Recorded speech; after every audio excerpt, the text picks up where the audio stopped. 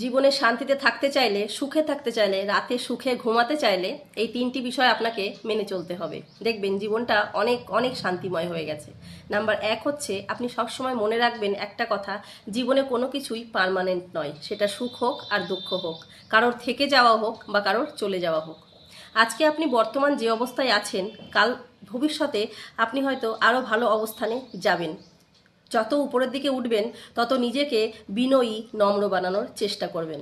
কারণ অহংকার আপনার মধ্যে আসলেই আপনি মানুষকে তুচ্ছ ভাবা শুরু করবেন। তখন মানুষের সঙ্গে আপনার সম্পর্ক হয়তো ভালো নাও থাকতে পারে, তাই আপনি অনেক রকম অশান্তিতে ভুগতে পারেন। নাম্বার দুই, সবার সাথে সাথে নিজের মেন্টাল হেলথের উপরেও আপনাকে নজর রাখতে হবে।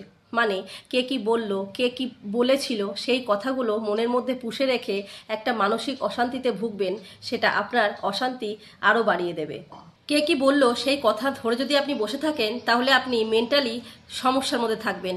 সেটা আপনার সংসারেও অশান্তির কারণ হবে। আপনার সন্তান বা আপনার স্বামীকে আপনি পারিবারিক যে সুখ, সেটা আপনি কখনোই দিতে পারবেন না। নাম্বার তিন, আপনার হাতে অনেক সময় আছে, এই ভাবাটা বন্ধ করুন।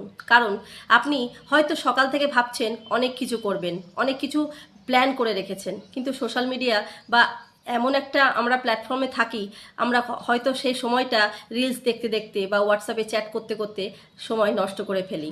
তারপর কিছুই হয়তো আমাদের করা হয় না। তাই সময় অপচয় না করে নিজের কাজের দিকে ফোকাস করুন। তাহলে আপনিও খুব তাড়াতাড়ি সফল হতে পারবেন আর আপনার জীবনে শান্তিই থাকবে। তাই এই হ্যাক্সগুলো ফলো করে নিজের জীবনকে আরও শান্তিময় করে তুলুন।